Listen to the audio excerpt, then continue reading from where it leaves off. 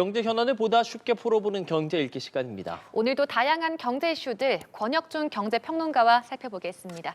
안녕하십니까? 안녕하십니까? 네, 안녕하십니까? 예, 쿠팡 사태 이야기 바로 해보도록 하겠습니다. 소비자들이 가장 불안해하는 게 아무래도 2차 피해 같은 것들이 될 텐데 쿠팡 대표는 계속 결제 정보 유출되지 않았다 이런 입장만 내고 있어서 불안감은 좀 커지고 있어요. 네, 그렇습니다. 이제 어떤 것이 합리적인 판단이겠느냐, 소비자 입장에서 본다 그러면 아니면 쿠팡 임직원들이 얘기하는 것처럼 결제 정보가 탄로되지 않았으니까, 유출되지 않았으니까 그럼 나는 가만히 있어도 되나? 라는 것이 합리적일까? 아니면 이제 선제적으로 좀 예방하는 것이 합리적일까라고 본다 그러면 당연히 예방하는 것이 합리적인 판단이라고 생각을 해봅니다. 예. 그렇기 때문에 쿠팡 측에서 이야기하는 것처럼 그거를 그대로 믿어서 가만히 앉아 있는 것은 제가 봤을 때는 조금 불합리하지 않을까라고 저는 생각을 하고 있고요. 두 번째로 보면 계속적으로 결제 정보 유출 없다라고 이제 이야기를 하고 있는데, 근데 이제 지금까지의 수사 결과로 본다 그러면 아직은 확인된 내용은 없습니다.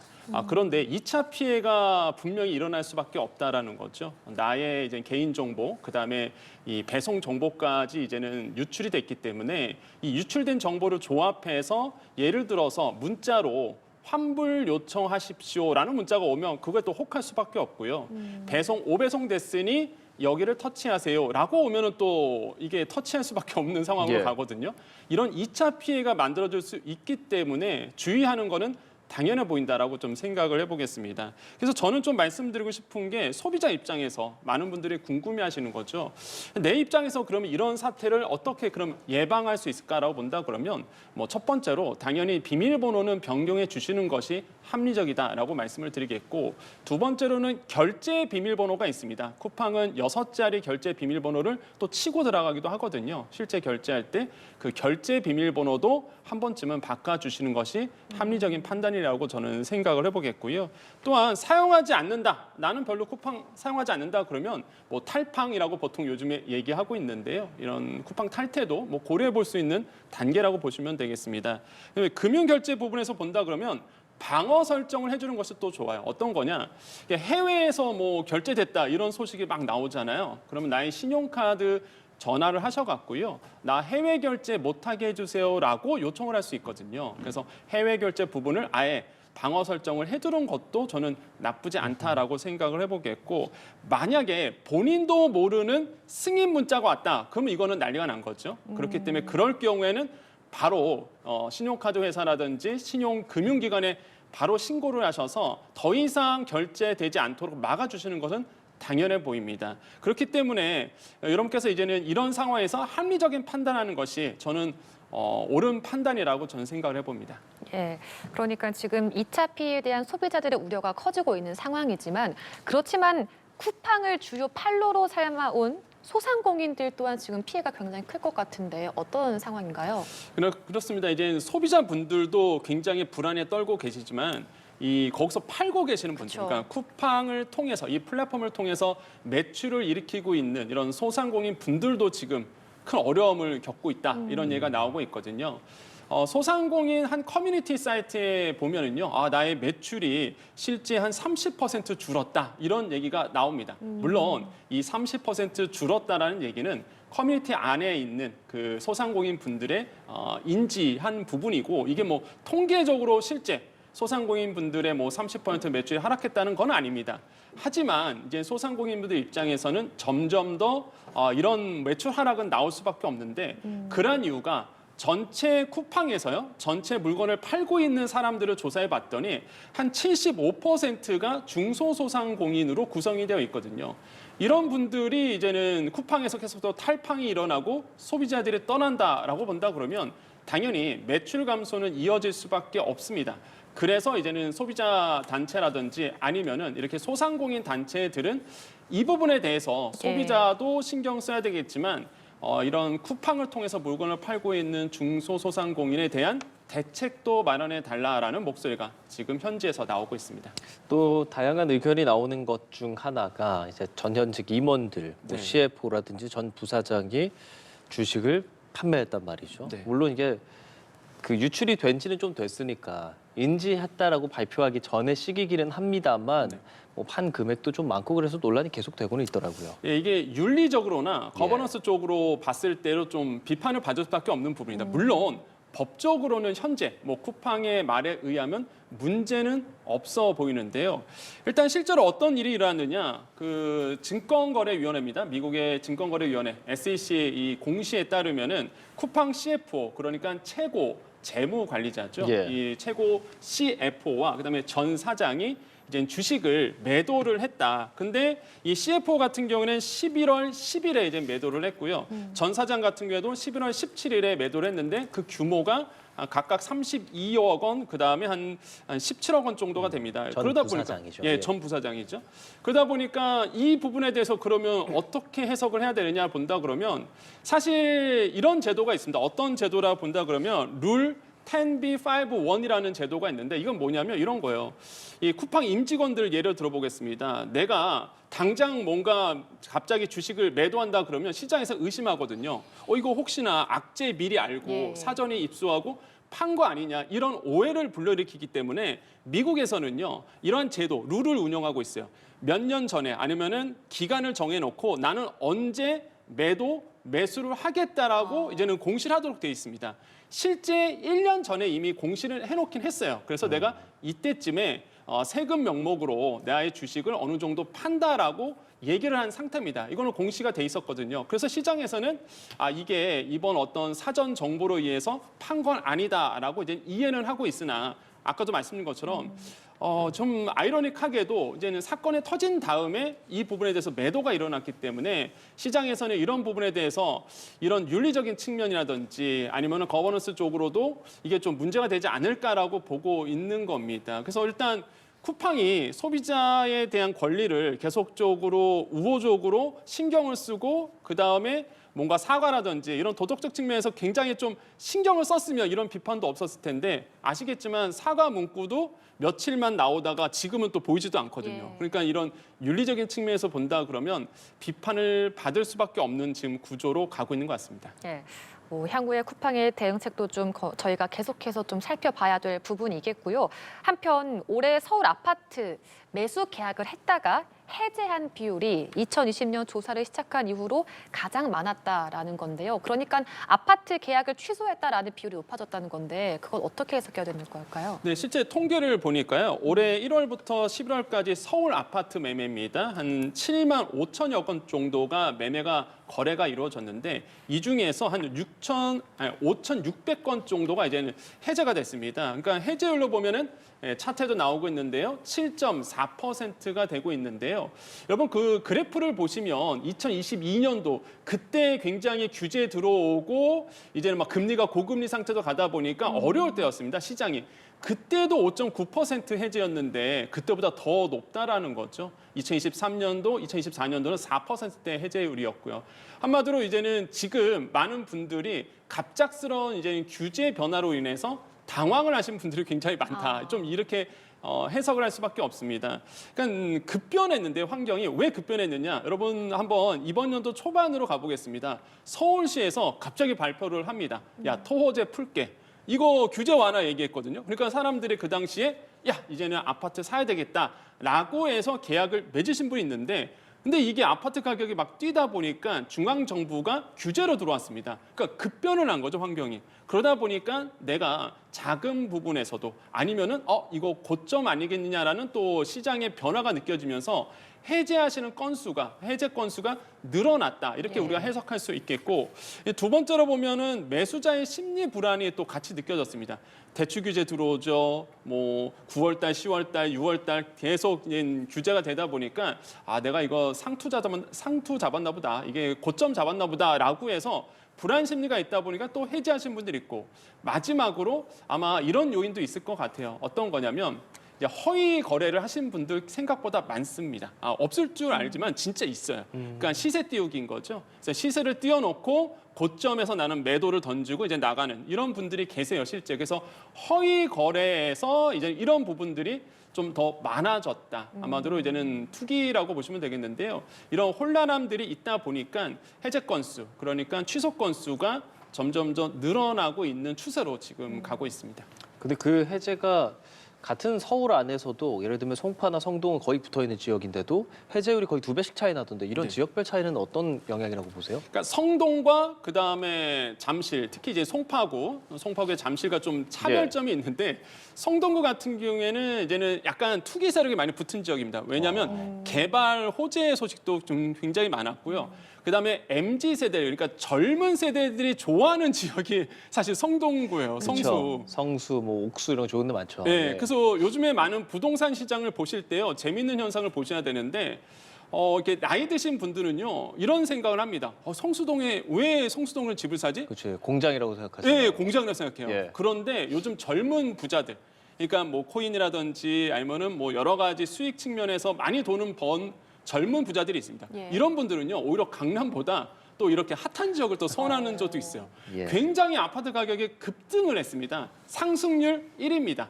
근데 해제율도 1위예요. 그러다 보니까 투기 세력 붙었죠. 개발 호재 있죠. 이런 상황에서 이제는 사실상 규제가 확 들어오다 보니까 이게 해제 건수가 좀 많아질 수밖에 없는 부분이 있겠고, 왜냐하면 자금 출처라든지 아니면 작은 부분에서 해결을 못 하시는 분들이 늘어난 거죠. 근데 잠실은 다릅니다. 잠실은 원래부터가 토지거래 허가구역이었어요. 그렇죠. 그러다 보니까 필터링이 이미 돼 있는 지역입니다. 그러니까 실수요자들만 원래부터 들어왔던 지역이에요. 그러니까 아무리 뭐 규제가 들어와도 실수요자들이 뛰노는 이 송파구다 보니까 뭐 규제가 들어와도 영향이 그렇게 많지는 않은 거죠. 그래서 25개 구 중에서 가장 해제율이 거래 해제율이 낮은 지역으로 이제 나와서 이게 약간 구역별로 미리 규제가 들어왔느냐, 새롭게 규제가 들어왔느냐, 이런 거에 좀 차이가 극렬하게 좀 갈렸다라고 생각을 해봅니다. 그래서 아마 서울 부동산은 계속적으로 이제는 지금 규제가 계속 적용되고 있다 보니까 그럼에도 불구하고 좀 양극화는 좀 일어날 수 있다, 이렇게 생각을 해봅니다. 네. 이제 집값이 지역에 따라서도 이렇게 편차가 크지만 네. 사실 그 규모도요, 뭐 소형, 중형, 대형에 따라서도 집값의 차이가 굉장히 많이 나잖아요. 저희가 상식적으로 생각해 보면 중형이 중대형보다 더 쌀 것이다라고 생각을 하는데 오히려 그 반대라고 합니다. 중대형이 더 싸다, 중형보다. 이런 건 어떻게 저희가 좀 해석해야 될까요? 네, 일단 팩트 체크를 이제 현황을 좀 말씀드리겠습니다. 이게 KB 부동산 자료인데요. 11월 통계입니다. 서울 중형의 아파트 가격이 85제곱미터 초과 102제곱미터 이하 이 중형 아파트의 평균 매매 가격이 22억 470만 원으로 이제 조사가 됐고요. 중대형, 그러니까 이제는 102제곱미터 초과 부분입니다. 그래서 20억 407만 원 이렇게 됐는데 한 2억 원 차이가 또 납니다. 그러니까 예. 좀 아이러니하죠. 앵커님이 말씀하신 것처럼 아니 중대형이 평수도 더 크고 그런데 어떻게 이렇게 차이가 날까라고 예. 본다 그러면 이거는 매매 가격입니다, 여러분. 그 분양가 얘기는 아니에요. 그러니까 매매 가격이라 보면은 결국에는 수요자들의, 그러니까 매수자의 심리가 반영될 수밖에 없는 부분인데 당연히 이제는 인구 측면이 있습니다. 이제는 뭐 대가구가 이루어지지 않거든요. 나는 32평 그리고 38평 안에 있는 이런 평수도 충분히 이제는 내가 살아갈 수 있다라는 얘기가 있고, 무엇보다 이 그러니까 중형 평수가 거래가 잘 됩니다. 그러니까 내가 이제 매도할 때를 보는 거죠. 매수할 때가 아니라 내가 매도할 때 봤더니 중대형은 잘 안 팔리고 중형이 더 잘 팔리니까 내가 매도할 때 나갈 때에 이게 훨씬 더 유리할 수 있다라는 심적 측면이 오면서 거래가 많이 몰려요. 당연히 매수자가 많다 보니 당연히 가격이 더 높아질 수밖에 없는 구조로 이제 가고 있는 거고, 이게 굉장히 재미있는 이제 측면이라 보시면 되겠고요. 그리고 또 한 가지가 요즘에 신축 32평 굉장히 잘 나옵니다. 과거처럼 뭐 방 3개, 화장실 2개 이런 게 아니라 요즘에 나오는 32평은요, 방 4개짜리 나요. 알파룸 해갖고, 그래갖고 이제 방 4개도 만들 수 있거든요. 그러다 보니까 과거와 다르게 이제 평수도 잘 나오고 구조도 잘 나오다 보니까 충분히 뭐 32평에서 38평 사이에 있는 이런 중형 아파트도 살아갈 수 있고 좋다라는 인식 변화가 있었습니다. 그래서 요즘에는 이런 특히 강남 지역에서 이게 굉장히 좀 두드러지고 있는데, 그러다 보니까 이런 중형 평수가 매매 가격 측면에서 본다 그러면 훨씬 더 인기가 많다, 이렇게 생각을 해봅니다. 좀 이해가 됐습니다. 다만 이제 보유세 같은 거 있잖아요. 그런 걸 네. 낼 때는 우리가 지금 계속 말하는 크기나 지역 같은 걸 사실 고려하지 않고 네. 집 몇 개 있냐로 부과하는 경우들이 많잖아요. 네. 이런 것들을 실제 주택 가격으로 매기겠다. 라는 부분을 어떻게 생각하냐 뭐 그런 설문조사도 나와 있다고요. 네, 실제 이제 설문 조사를 했습니다. 예. 어떤 리서치 기관에서 일단 전국 대상으로 해서 이제는 합산 과세죠. 이 부분에 대해서 이제 얘기를 물어봤는데 찬성이 조금 더 많았습니다. 그러니까 과반 이상이었거든요. 51.4%, 그다음에 반대가 37.2% 이렇게 조사가 돼서 전체적으로 본다 그러면 이렇게 그 찬성 쪽이 많았다. 그러니까 합산인 거죠. 그래서 합산으로 계산을 하자. 근데 이 조사에 의하면 약간 보수 지역도 이 부분에서 찬성이 더 많았다고 해요. 그러니까 이게 뭐 정치색을 떠나서 모든 국민들이 이런 합산 과세에 대해서 인지를 하고 있고 이게 더 조세 측면에서 합리적이다라고 이제 판단을 하고 있는 겁니다. 제 개인적 판단도 저는 합산 과세가 맞다라고 보거든요. 우리나라의 이제 누진 과세입니다. 누진 과세 측면에서 보더라도 합산 과세가 더 현명하다고 좀 봐요. 예를 들어서 내가 뭐 증여를 받았어요. 아니면 상속을 받았습니다. 네. 근데 시골에 있어요. 시골 한 채 받았다고 해서 나는 1가구 2주택이 된다. 예. 그런데 이제는 나는 과세 혜택을 못 받는 거예요. 근데 1가구 1주택 같은 경우에는 양도세 중과에서도 배제가 되죠. 세제 측면에서 굉장히 유리합니다. 그런데 20억짜리, 30억짜리 한 차와 그다음에 5억 원짜리 만약에 30억 채 한 차와 5억 원짜리 세 채가 있다 그러면 오히려 5억 원 세 채가 훨씬 더 많은 과세가 되거든요. 그러니까 이게 좀 불합리하다라는 이제는 인식이 많은 분들에게 자리가 잡혔고 그래서 이제는 이건 수로 보는 게 아니라 아파트 개수로 보는 게 아니라 이제는 가격 측면에서 이제는 과세를 하자 이런 측면에서 이제는 어느 정도 국민들이 이제는 인지가 되어 있다라고 생각을 해보겠고요. 이런 것들이 더 현명하지 않을까라고 보고 있고 저는 그래서 과연 어떻게 이게 조세가 바뀔지는 모르겠지만 현재의 국민들의 인식 태도가 이번에 이제는 이런 서베이 조사를 통해서 드러났다라고 생각을 해봅니다. 그렇다면 이렇게 되면 우려되는 단점들은 또 없을까요? 그렇죠. 이제 장단점이 있어요. 아까 예. 말씀드린 것처럼 장점 같은 경우에는 형평성, 공정성에 대해서 어느 정도 이해 측면에서 이제 자리가 잡아갈 수 있고요. 두 번째로는 이제는 아까 말씀드렸던 상속이나 그 증여 부분에 대해서도 충분히 이런 부분에서 이제는 합산과세가 되면 합리적으로 변할 수 있습니다. 그래서 이런 저는 장점이라 생각하고요. 근데 이제 주요 단점은 이런 거죠. 저도 이거는 조금 공감을 하고 있는데 이런 겁니다. 일단 나는 강남에서 오래 살았어요. 예. 근데 나는 아파트가 재건축이 된 겁니다. 근데 나는 소득이 없어요. 소득이 없는데 재건축된 이유만으로 나는 내 아파트가 갑자기 30억이 되고 40억이 되고 50억이 된 겁니다. 예. 근데 나는 소득이 없단 말이에요. 그렇게 되면 어떻게 될까요? 이거 나는 내는 게 너무 불리하다. 나는 이게 갑자기 1가구 1주택 혜택을 못 받다 보니까 이렇게 과세대로 들어오면은 나는 도저히 낼 수가 없다. 그래서 어떤 분들은 저도 깜짝 놀랐던 게 어떤 한 교수님은 저명한 교수님이신데 이런 말씀하시더라고요. 그렇기 때문에 더 해야 된다라는 얘기를 하시는 거예요. 못 버티니까 팔고 나가도록 만들어야 된다라는 얘기를 또 하시는 분도 계십니다. 실제적으로. 그런데 그런 분들에 대한 분명한 그 보완책은 좀 있어야 된다고 보거든요. 그래서 이런 분들에 대한 이제는 보완책 필요하고요. 두 번째로는 세금이 오르잖아요. 문재인 정부 때 똑같은 현상이 있었는데 세금을 이제 월세나 전세 사시는 분들에게 전가시킵니다. 한마디로 조세 전가를 시키는 거죠. 아하. 내가 이제는 예를 들어서 1가구 1주택 혜택을 못 받는다. 그런다 그러면 내가 만약에 페널티만큼의 세금이 오른다 그러면 당연히 이제는 그거를 내가 이제 전세나 월세 사시는 분들이 있을 거예요. 왜냐하면 다주택자도 좀 있거든요. 그러면 이 부분에 대해서 이제 조세 전가를 할 수 있는 부분은 분명히 있을 거라 보여지거든요. 그래서 저는 이런 것도 이제 문제가 될 수도 있다 이런 생각을 많이 해보게 됩니다. 이런 아파트 같은 거 얘기하면 꼭 나오는 게 이제 증여잖아요. 앞서도 계속 증여 네. 얘기해 주시고 계시는데 국세청이 편법 증여를 잡기 위해 적극적으로 나선다고요? 네, 그렇습니다. 이게 지금 강남 지역의 한 부분에 대해서 이제 가는데 보통 보니까요. 지금 보니까 뭐 강남 4구라든지 마영송 이런 고가 아파트 중심으로 해서 편법 증여 전수조사를 지금 하고 있는 상태입니다. 그럴 수밖에 없는 게 지금 증여를 보니까요.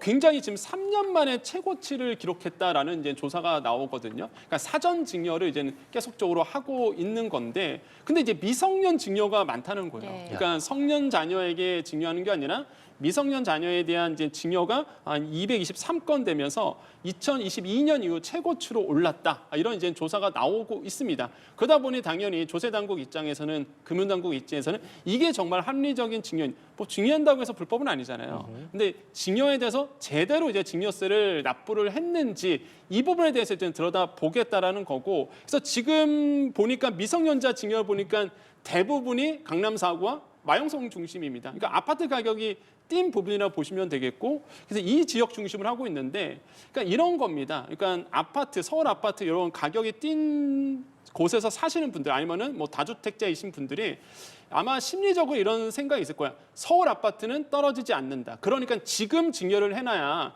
나중에 더 오를 거 아닙니까? 우리 미성년 자녀가 성년 자녀가 되면 그때는 엄청 더 오를 거라고 보기 때문에 지금 증여를 해놓자라고 해서 아마 증여 건수가 많아지고 있는 것 같아요. 근데 문제는 뭐냐면 제대로 이런 어떤 증여에 대해서 증여세를 냈는지 이게 가장 핵심인 것 같아요. 그래서 이거를 조사해 보겠다라는 거고, 만약에 불법 증여가 있었다 아니면 세금 탈루가 있었다 그러면 강한 아마 페널티를 적용하지 않을까 이렇게 보고 있습니다. 알겠습니다. 오늘 다양한 경제 이슈들 권혁준 경제평론가와 함께했습니다. 고맙습니다. 네, 고맙습니다.